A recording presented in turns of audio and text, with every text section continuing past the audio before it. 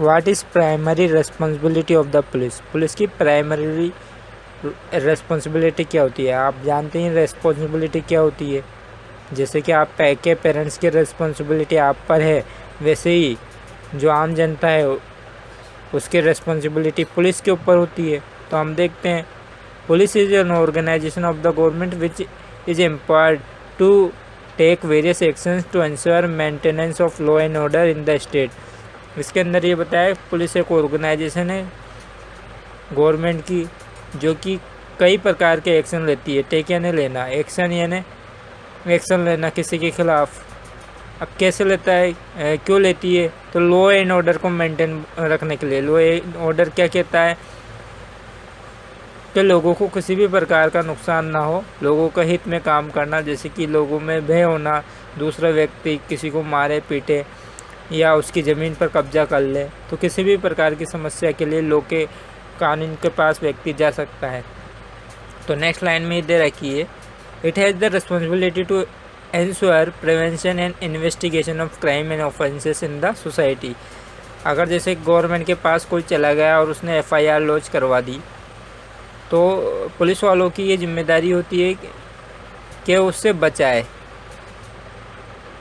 उस व्यक्ति को। जैसे दूसरे व्यक्ति के खिलाफ उसने आवाज़ उठाई तो उसके सर्च के लिए चले जाए, उसको हम इन्वेस्टिगेशन बोलते हैं। यानी कि पता करें कि क्राइम कैसे किया है, किसने किया है, या ये व्यक्ति क्राइम कर सकता है कि नहीं, जिससे कि सोसाइटी में जो अपराध है उसको रोका जा सके। ऑफेंसेस या कोई उल्लंघन करता है, किसी को मारता पीटता है, किसी प्रकार का अपराध करता है, तो उसको रोकने का काम पुलिस वाले का होता है। ठीक है, लेकिन पुलिस आजकल FIR करने के बाद काम करना शुरू करती है।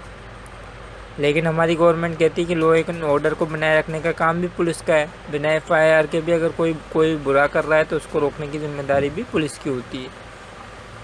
ठीक है ना। तो सबसे पहले जैसे अगर कोई क्राइम हो जाता है कहीं, तो FIR दर्ज कराते हैं और फिर पुलिस उसमें इन्वेस्टिगेशन करती है और अपराधी को जेल में डालती है और बाद में उसको जज के सामने कोर्ट में पेश किया जाता है। ये उसकी प्राइमरी रिस्पॉन्सिबिलिटी होती है पुलिस की। ठीक है, कि वो एक्शन ले, किसी भी अगर कहीं भी प्रॉब्लम नज़र आ रही है या प्रॉब्लम देखी जा रही है, इशूज़ हो रहे हैं, समस्या उत्पन्न हो रही है, तो उसको कंप्लीट करने का काम पुलिस का। Is that clear?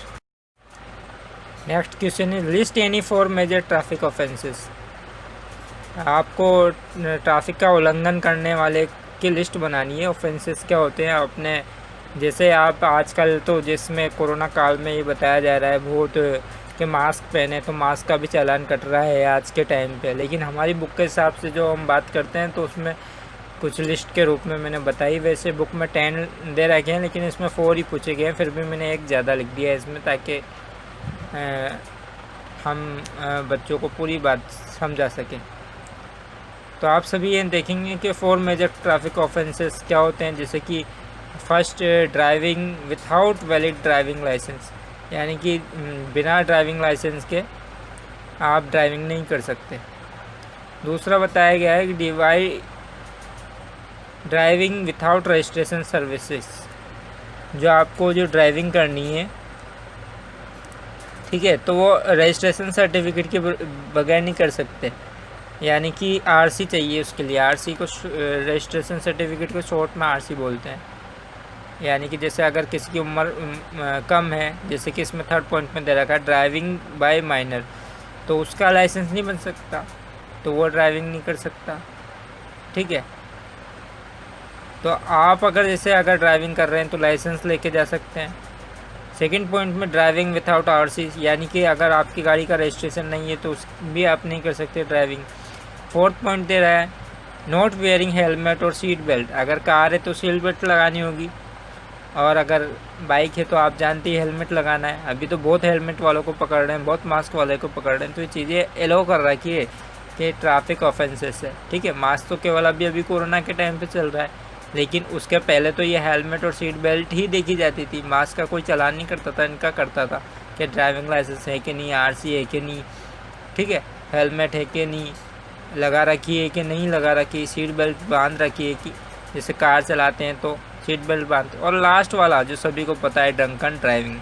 अगर पीकर कोई गाड़ी चलाता है, जैसे अल्कोहल वगैरह जो कुछ गलत चीज़ें पीकर गाड़ियाँ बाइक वगैरह चलाते हैं तो उसको भी ट्रैफिक ऑफेंसेस में माना जाता है। तो ये एक नॉर्मली सभी को आता है। तो इज़ दैट क्लियर? मैंने आपको बताया, कोशिश की बताने की, ठीक है। Define cognizable offences. अब कॉग्निजेबल ऑफेंसेस का मतलब क्या होगा?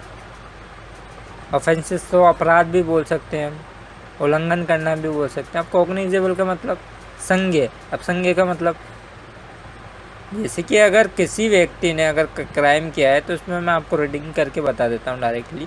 The police are empowered by to arrest a person who has committed at cognizable offences, however at the same time there are certain restriction on the police while conducting the arrest and while keeping the arrested in police custody.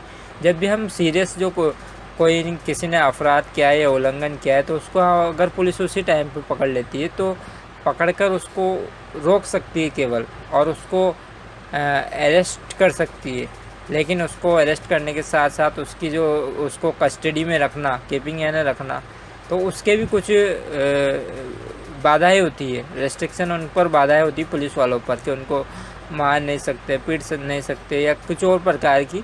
तो law के अनुरूप कई प्रकार की बाधाएं होती है। कई केसेस में कई अपराधियों को पकड़ने पर भी हम उनको ज़्यादा अपनी कस्टडी में टॉर्चर करना या परेशान करना ये सब नहीं कर सकते, ठीक है, अकॉर्डिंग टू लॉ।